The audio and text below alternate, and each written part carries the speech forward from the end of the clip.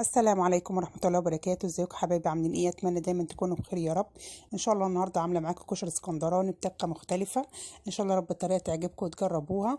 وما تنسوش تشتركوا في القناه وتفعلوا الجرس عشان يوصلوا كل جديد وتدوسوا لايك. وان شاء الله رب الطريقه تعجبكم. ونخش حبايب قلبي كده ايه على المكونات بتاعتنا.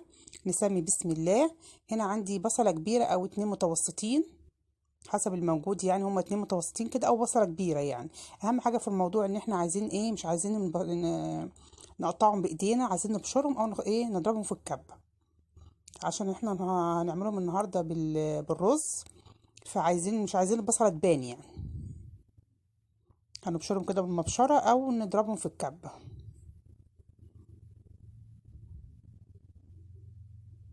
طبعا الكشري الاسكندراني من الحاجات المختلفه، يعني من الاكلات المختلفه حلوه.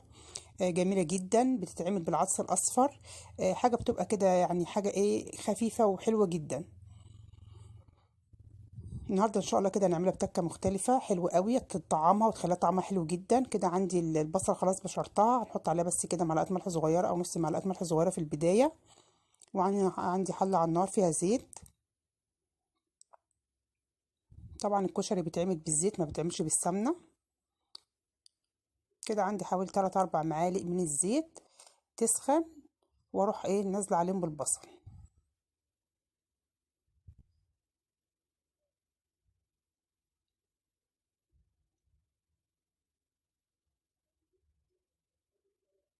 بس كده حطينا البصل على الزيت،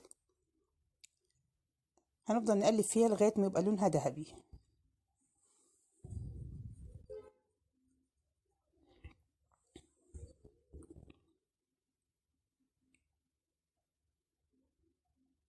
احنا عايزين لونها الاصفر الفاتح، مش عايزين نغمقها عشان الرز بتاعنا ما يبقاش غامق، يبقى فاتح. هنا عندي كيلو من الرز. كيلو من الرز هنحط عليه بقى العدس الاصفر، هنحط على الكيلو. ممكن نحط كوبايه في البدايه ونشوف دلوقتي يعني ايه. احنا مش عايزين نسبه العدس اكتر من الرز، عايزين العدس بسيط جدا في قلب الرز. كده حطينا كوبايه، هنشوف هتاخد مننا قد ايه. كده حطينا كوبايه على الكيلو الرز.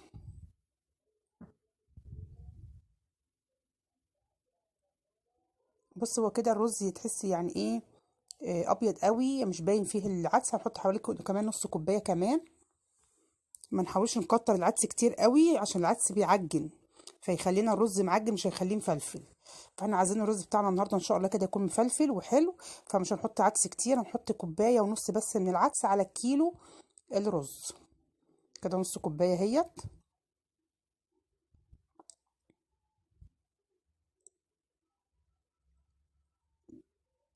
بس كده ونقلب الرز على العدس كده. وقبل ما البصله بتاعتي تحمر بحاجات بسيطه اروح غاسله الرز عشان الرز ما يبش معايا. قبل البصله ما تستوي كده بحاجه بسيطه جدا اروح انا غاسله الرز مع العدس، يعني الاتنين مع بعض كده اغسلهم واصفيهم. واستنى بقى ايه، كده خلاص غسلتهم اهوت وصفيتهم كويس جدا. خلاص كده اتغسلوا والبصله داخله على السوا اهيت. فاضل لها حاجات بسيطه، احنا عايزينها اللون الاصفر الفاتح عشان ما تغمقش الرز معايا. ما استناش لما البصله تحمر قوي، هتغمق له الرز يبقى شكله مش حلو. فاحنا مش عايزين البصله يعني لما تحطوها صفرة في قلب الرز ما بتبانش خالص، بتتهري وما بتبانش في قلب الرز خالص ان انت حاطه بصله. وبالذات لما يكونوا مخرطينها ناعم يعني.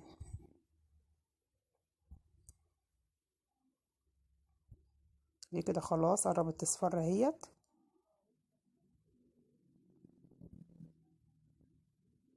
عايزين اللون الاصفر الفاتح.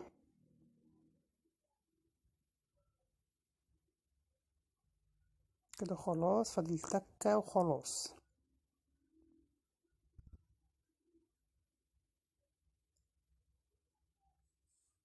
دي الكاميرا مبيناها ان هي حمرا قوي، بس لا هي اللون الدهبي الفاتح خالص. اهو شايفين بالمنظر ده كده. هنروح حاطين بقى عليها الرز بالعدس المغسول. هنقلب بس الاول كده عشان ايه ما الرز ما يتحرقش من البصله ما تتحرقش مننا. نحط الرز كده شويه كده ونقلبهم كويس، وبعد كده نحط بقيه الرز.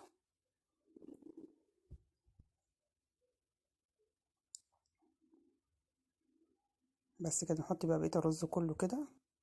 وانا طبعا غالية مية في الكتل، لازم مية سخنة بتغلي.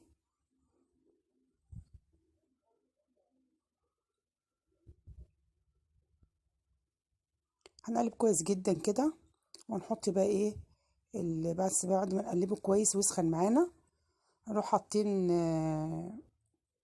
ملح، وحاطين فلفل اسمر، وحاطين مكعب مرقه بتطعمها ويخلي طعمها جميل جدا. انا عملت الرز الاسكندراني ده بكل الطرق، عملته من غير بصله، عملته من غير مرقه، عملته حاجات كتير قوي لغايه ما وصلت للنتيجه دي. النتيجه دي حلوه جدا جدا، طعمها حلو قوي قوي. ممكن تاكلوه من غير اي اضافات تانية كمان عليه، عشان طعم المرقه ده بتطعمه، خلي طعم حلو جدا.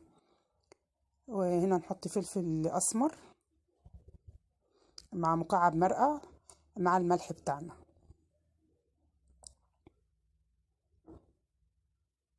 نقلب كويس جدا كده لغاية ما الرز يسخن معايا جامد، عشان يطلع مفلفل معايا وحلو.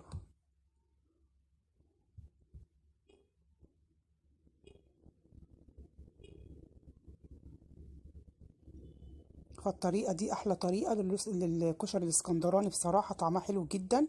البصلة بتديها طعم مع المكعب المرقة، بيبقى طعم حلو جدا. بس كل شوية نقلب فيه، عايزين كده الرز يبقى مفلفل معانا. نستنى بس لما يسخن كويس جدا كده، وانا طبعا ايه غالية مية. كل ما تقلبه في الرز كتير ويسخن قوي قوي، كل ما يكون مفلفل معاكي. اي رز، رز بالشعريه، رز حبايه وحبايه، اي رز تقلبيه كويس جدا هيبقى مفلفل معاكي وحلو جدا.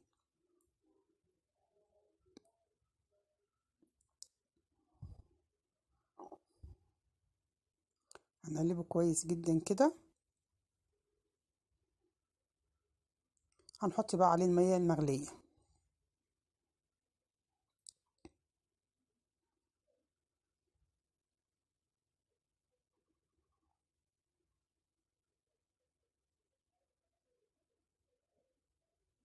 بس كده نحط عليه الميه المغليه ونشوفه عايز ملح ولا لا. وبعد كده نخليه على نار عاليه، وبعد كده بعد ما بيغلي معانا هوريهولكوا دلوقتي هنعمل فيه ايه.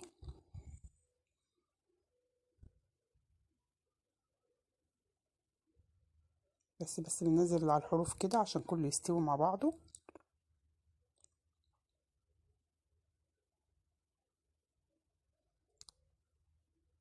نشوفه محتاج ملح ولا لا. هنحط له بس كده نص معلقه ملح صغيره كده، ونقلبه ونغطيه.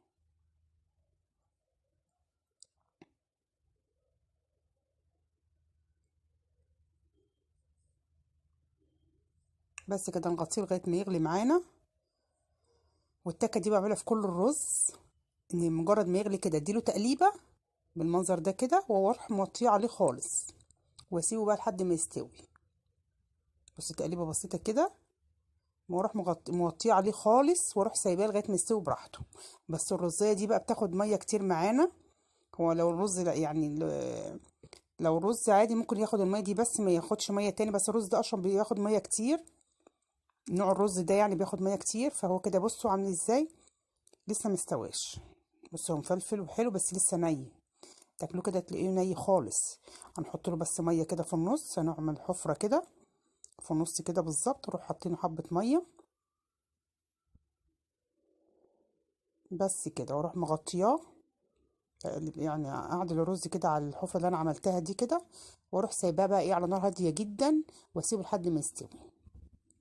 بس كده نحطه بقى على العين الصغيره جدا، عقبال ما نعمل المرحله التانية. يعني المرحله التانية اللي هي ايه بقى، انا بعمل الرز اسكندراني بقى الجديد بقى، بعمله بصلصه. بجيب بقى معلقتين زيت، وعندي طماطم نص كيلو من الطماطم ضربها في الخلاط كويس، ومعلقتين زيت على النار بيسخنوا، واروح حاطه عليه الطماطم بس من غير اي اضافات تانية يعني. التكه دي بتديكي طعم حلو جدا جدا للكشري، ولا تومه ولا خل ولا اي حاجه، هو مجرد معلقتين زيت مع الطماطم بس كده.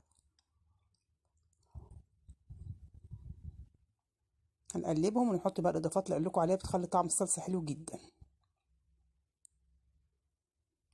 انا الصلصه دي بعملها اوقات للمكرونه.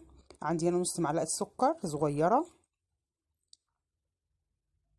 وعندي الملح، نحط حياءنا بقى معلقة معلقة ونص حسب الحياء بتاعنا، ونحط فلفل اسمر، ده كمون، كمان نحط فلفل اسمر وكمون وكزبرة ناشفة، بس عشان الكشري نحط كزبرة ناشفة. لكن لو المكرونة ما بحطش كمون ولا كزبرة، بحط فلفل اسمر وبحط ملح بس كده. يبقى حطينا نص معلقة ملح صغير، سكر صغيرة، حطينا الملح بتاعنا، حطينا كمون، حطينا كزبرة، هنحط فلفل اسمر كده. خلاص اتسبكت معايا، بتبقى بالمنظر ده كده، مش تقيلة قوي ولا خفيفة، يعني متوسطة. وطبعا البيض المعروف اللي تبع الكشري الاسكندراني، معروف جدا البيض مع السلطه. بس النهارده ما عملت السلطه، هنعمل بقى ايه الصلصه بتاعتنا. رز معايا يستوي بالشكل ده ومفلفل وجميل جدا، هو سخن جدا باين ان هو يعني ايه ملزق في بعضه، لكن لا بعد ما هدي شويه بقى جميل جدا، وزي ما حضراتكم شايفين مفلفل وزي الفل.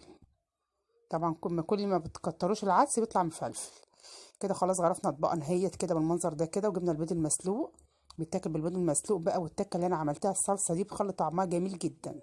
في ناس بقى بتعمل بيض مسلوق مع سلطه، لا التكه دي حلوه قوي، بتطعم الرز بتاعي، بيخليه طعمه جميل جدا. بتحطي بقى طبق جنبك كده وانت بتاكلي، بتغرفي وتحطي وانت بتاكلي الصلصه كده بتاعتنا. واللي حابب فلفل حراق جنبيها بس كده، بيبقى طعمه جميل جدا جدا بالصلصه دي. اتمنى انتوا تجربوها، حلوه قوي ومختلفه وجميله جدا. تغيروا من اكلاتكم، بدل يعني كل مره تعملوا حاجه مختلفه، بتبقى طعمها حلو كده مميز. وان شاء الله رب الطريقه تعجبكم وتجربوها. ما تنسوش تشتركوا في القناه وتفعلوا الجرس عشان يوصلكم كل جديد، وتدوسوا لايك. وان شاء الله باذن الله اشوفوا فيديو جديد، والسلام عليكم ورحمه الله وبركاته.